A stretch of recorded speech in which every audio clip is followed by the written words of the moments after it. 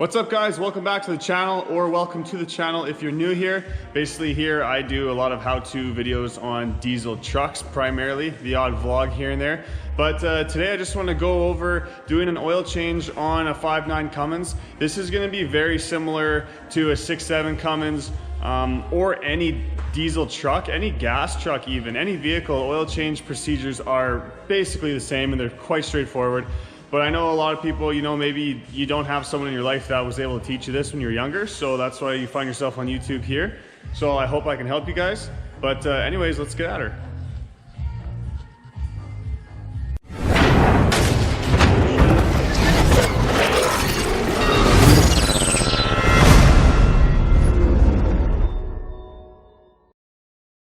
All right, so this is what I'm going to be using, Shell Rotella synthetic. I definitely recommend using synthetic oil. Nowadays, it's just so much better than conventional oil.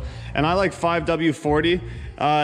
The 5 here just means it's going to be a lighter oil when it's cold. So if you live down south somewhere where it doesn't get cold, you'd be fine with like a 15W40. But up here in Canada, either a 0W40 or a 5W40 is what I like to run, especially in the wintertime. And then for a filter, I have a Baldwin BT7349 oil filter. And yeah, that's all you really need. These trucks typically take, I think, around 12 or 13 liters. So this is 15 liters here. So that should be more than enough. We won't use all of it, but it's good to have a little extra. All right, let's open up the hood here. So one thing I like to do before I actually drop the oil is I like to pull my dipstick out and just check my oil level. Now keep in mind your truck has to be sitting for a little bit just so that all the oil can drain down in the oil pan to get a correct reading on your dipstick. But yeah, I'm just gonna check my oil right now and just see, you know, that gives you a good indicator since your last oil change if you might be leaking oil or if you're burning oil. It's just good to know that so that you know if you need to be checking your oil more regularly. When you're checking your oil, it's good to pull your dipstick out and just wipe her nice and clean. And then you're gonna put it in all the way, bottom it out, wait like 3 seconds and then pull it out. And then you should be able to see where you are on the line. Okay, so this is where my oil level is. The fill line, the max line is right there and the empty line is right there. So I'm kind of right in the middle. So that's pretty good. You probably can't see that with the quality of the GoPro, but yeah, I'm right in the middle of the safe zone. So yeah, it's just good to know that. Okay, now you're gonna grab some kind of container or catch can to get the oil. Just kind of kick it under there and we're gonna go under the truck and we'll start draining the oil. All right, we are under the truck. That is the front of the truck, so we're kind of just looking forward. This is your transmission. Mine's a standard transmission, so if you have an automatic, it might look a little bit different. But yeah, you should clearly be able to see the bell housing bolts here. That's what separates your transmission from your engine. So don't pull anything off. I know sometimes guys have accidentally drained their tranny oil. We don't want to do that. So remember, this is your bell housing bolts here, and this is your engine. So make sure you're on your engine. Here's your oil pan, and here is the drain on mine. And all it is, sometimes you have a bolt head, but right here, all this is a 3/8 ratchet drive, and you're just gonna put your ratchet in there and loosen it off. So here's a 3/8 ratchet. We're just gonna kind of put it up into place there if I can get it. It's always hard doing this with one hand. And then you're just going to loosen it off.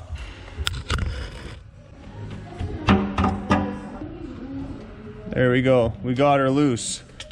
Get a couple rags handy. You might want to use some gloves. I've done this enough, I'm just used to getting oily. But yeah, you're gonna unspin this. I kind of like to put some upwards pressure on it just so it doesn't pop out, and then once I'm ready, I'll just pull it out quickly.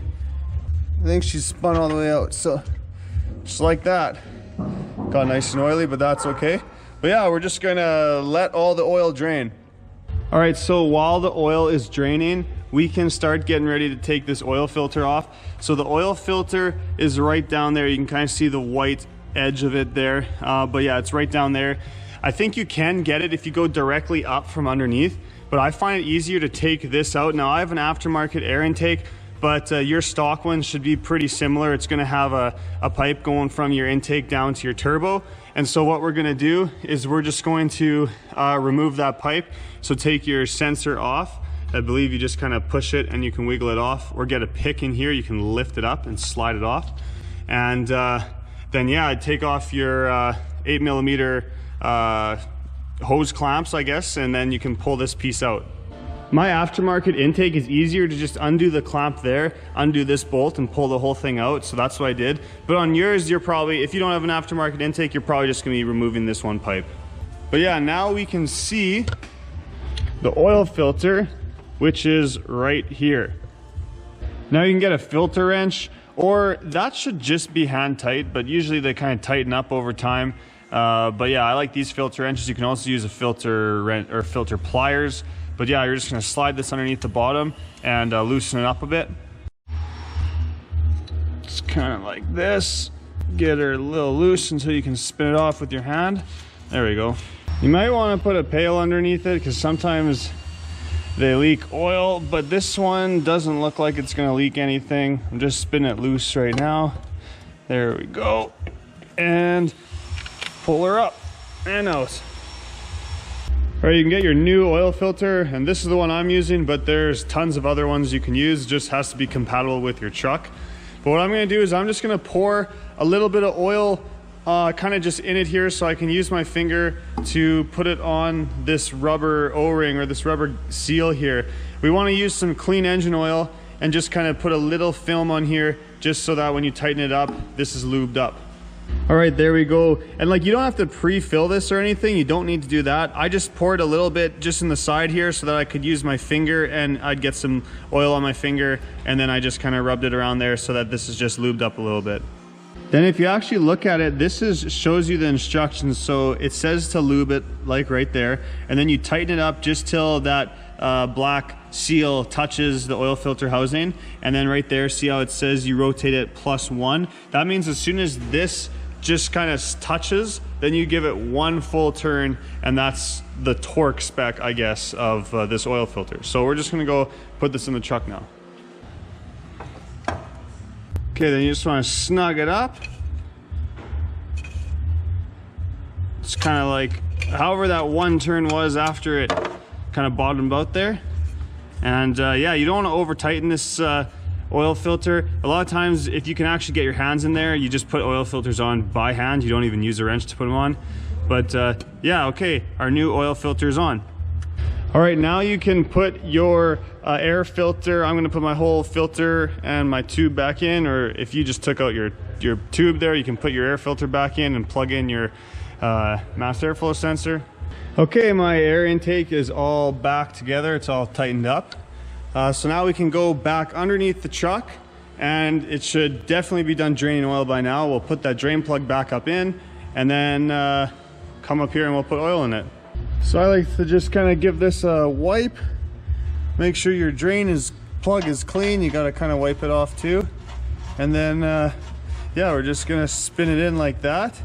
And I don't know the actual torque spec on it, but you don't want to over tighten it. So just a good snug is all you really have to do usually on these things. So it's kind of tight there. So just kind of give it a little one just like that. That should be all it needs. Don't over torque it.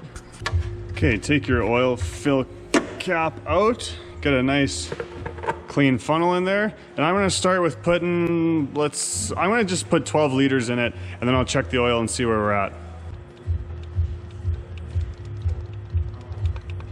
Okay, so I might have screwed up a little bit. The top of the safe is right about there, and my oil is about up here. It's good to have it a little bit higher at the beginning because once we fire it up, it's gonna fill that oil filter and it's gonna drop down a bit. But I might have put it a little bit too high. I think I got probably almost 13 liters in here. So just when you're doing it, be more careful, check more frequently, and give it a minute every time just to drain all the way down to the bottom. But anyways, now we're gonna fire it up. We're gonna let it run for about 30 seconds, rev it up a little bit. We'll watch the oil pressure gauge. It'll be at 0, and then as the filter fills, the oil pressure will come up. And then we'll let it sit for another minute or two, and then we'll check our oil again to see if I need to, well, I don't think I'll have to add any more. You might have to. If anything, I might have to drain a little bit, so let's just hope that doesn't happen. Make sure we're in neutral. Okay, so watch the oil pressure gauge right up there. I'm gonna fire it up and you'll see it'll run for a bit before it actually goes up.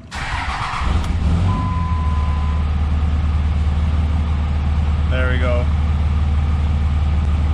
We got oil pressure. So yeah, Just let it run for a little bit, kind of rev it up.